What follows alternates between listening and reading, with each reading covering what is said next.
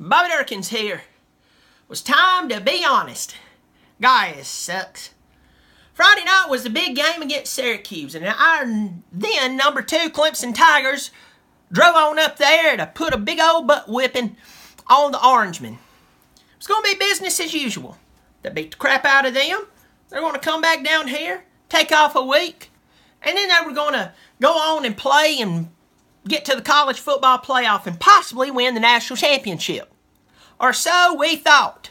So I'm sitting there thinking, it's Friday night, only high school football teams are playing, and of course some of those really horrible college programs that you could even put a gun to some people's head on a Saturday and they'd never watch it, but they'd watch it on a Friday because there's nothing on. So I'm watching the game and it was weird. Even right down to the look on the television. It was like some type of weird spirit was hovering overhead. There was only about 150 people there at Syracuse to watch a game because they thought the inevitable was going to happen. Clemson, they're just kind of being lazy. We're going to win this. Oh, that guy called a touchdown? No biggie. We'll cash in. Then it happened. And I can't believe it happened.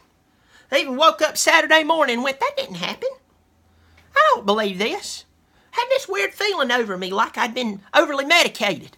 Just sitting there going, oh Lord, what's wrong? Realizing that I was in shock. It was like the time, it's crazy, happened to me. Really, okay, it was last week. But I said I was going to go over and see my grandma and went over to her house. Hadn't been feeling good, but when I tell grandma I'm coming to see her, I'm coming to see her. But I had what we call the dysentery. Everybody else calls it diarrhea, but I call it the dysentery. And I tell you, my butthole felt like it had been burned with battery acid. Whew, Lord, it's hurting. But I went over to see Grandma and went through the door before I could even say, hey, or where's Grandma? I mean, I just bust on in because it's hitting me again. And I'm right to the bathroom. I bust in the bathroom door because I'm about to mess my britches. And lo and behold, there's Grandma, soaking wet, getting out of the bathtub, and she turns and looks at me. It was like a brown, wrinkled paper sack, dripping, soaking wet with bubbles. It happened. The shame and the sickeningness. It happened.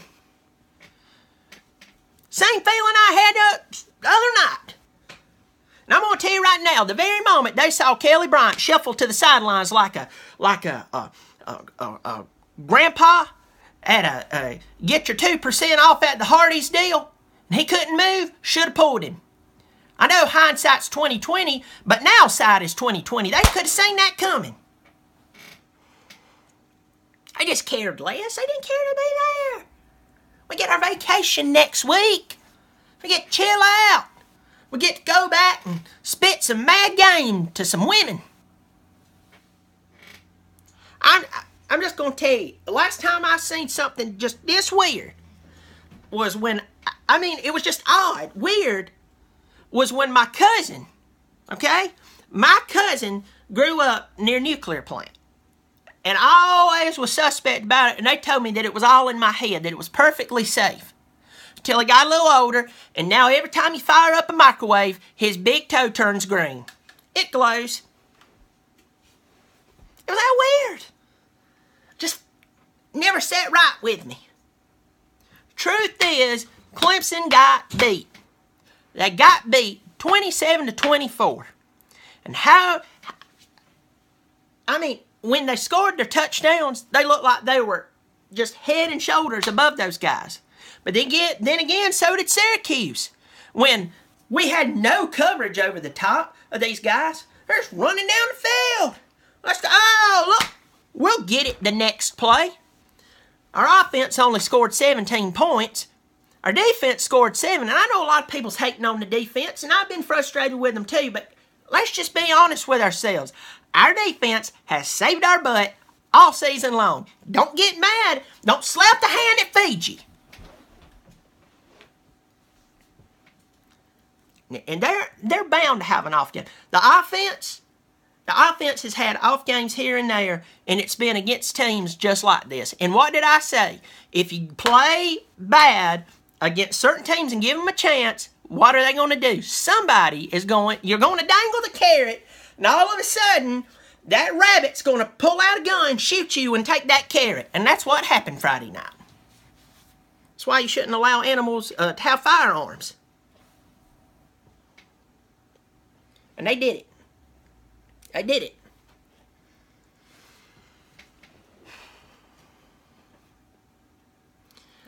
The only thing I can say is that maybe this will wake them up. Maybe they'll wake up. Maybe they'll realize, we actually have to play. Hey, here's another question. I know people are talking about, they stacked the box. Why is it that Feaster and ETN, running backs that we would have, shot somebody over years ago to get, and now we have them, not just one of them, two of them on the same team, have only like 12 carries, but they average 9 or 10 yards per carry, but we stopped running them. Oh, they're stacking the box. You know what that means when they stack the box and you're playing and you have a really good offensive line? That means all you have to do is slip a tackle, ETN, just like you did, and you burn them. It's a track meeting, and you're going to win that race. But we didn't do it. We've been cocky. We've been cocky about our playing.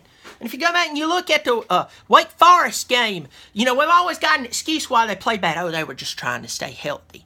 What, by leaving a team on the field, allowing them to get hurt? Kelly Bryant didn't get hurt.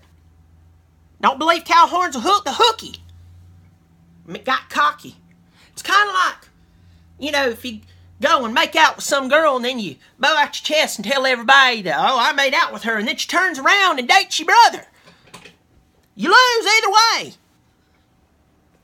The only good thing I could say is that the character of Dabo Swinney has been solidified among the nation.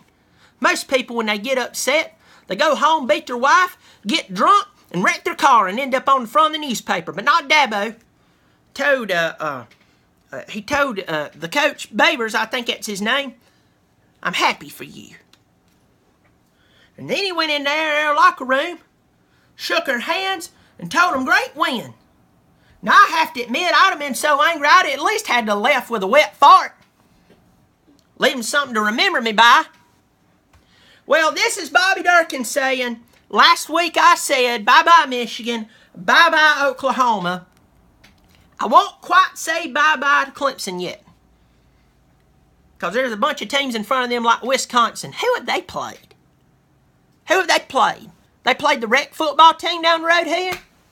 Penn State. Ooh, they've got all this and they're all that. And they played the Red Bonnet ladies. They still haven't played anybody. But they're about to play somebody. Next 3 weeks got Ohio State, Michigan State. Good luck on that one, y'all. You can white out the entire stadium. You're still going to lose somewhere. TCU. I actually like Coach Patterson. Now, all I'm going to say about this is, hey, here's the deal. Here's the deal. You've played nobody. Nobody. See my head shaking like a goat? Nobody. Georgia, who have you played so far?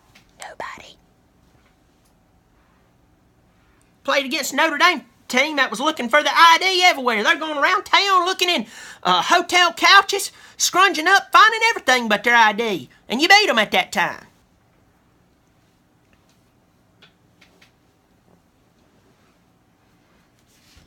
Well, next week they get their coveted week off. So they can go over to the SO Club, get hammered drunk, and go get them a piece of cardboard and ride down the dam there on Lake Hartwell, shooting out through there laughing like a bunch of babbling idiots if they want to. They get that break they were looking forward to. Didn't go play their game Friday night. Got embarrassed. Either way, I still love my Tigers. And I still believe they have a chance. But I agree with the great defensive mind, Brent Venables. If they don't change something, that's not the last game they're going to lose. This is Bobby Dirkens. Can I bare my heart to you? It's been a horrible week for me. First, I went to go get my hair cut.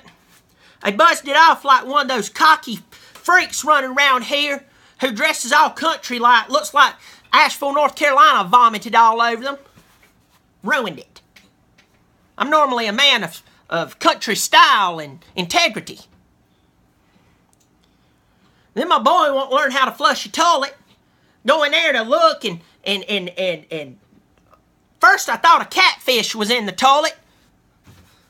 No. Another one, Bobby Dirkens Jr. chews on everything. That youngin's part beaver. Can't keep anything nice.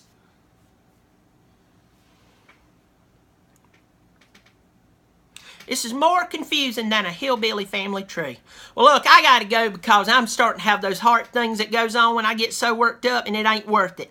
All right, I'm still a Tiger fan. I'm just ticked as all get out. Bobby Dirkens.